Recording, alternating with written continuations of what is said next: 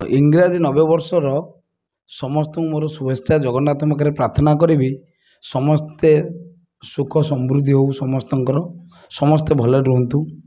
ଏଇ ନୂତନ ସରକାର ଆମର ଯେଉଁ ଆସିଛି 2024, ଓଡ଼ିଶାର ଭାରତୀୟ ଜନତା ପାର୍ଟି କି ବହୁ ସଫଳ ଜଗନ୍ନାଥଙ୍କ ଆଶୀର୍ବାଦରୁ ପାଇଛି।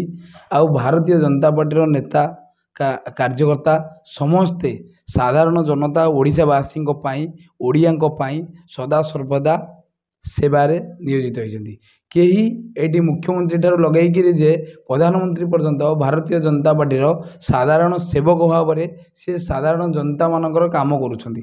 ଆଉ ମୁଁ ପ୍ରତାପ ରୁଦ୍ର ପଣ୍ଡା, ମୁଁ ବି ଜଣେ ସାଧାରଣ କାର୍ଯ୍ୟକର୍ତ୍ତା ହିସାବରେ ଭାରତୀୟ ଜନତା ପାର୍ଟିର ସାଧାରଣ ଜନତାଙ୍କର ମୁଁ ସେବା କରୁଛି।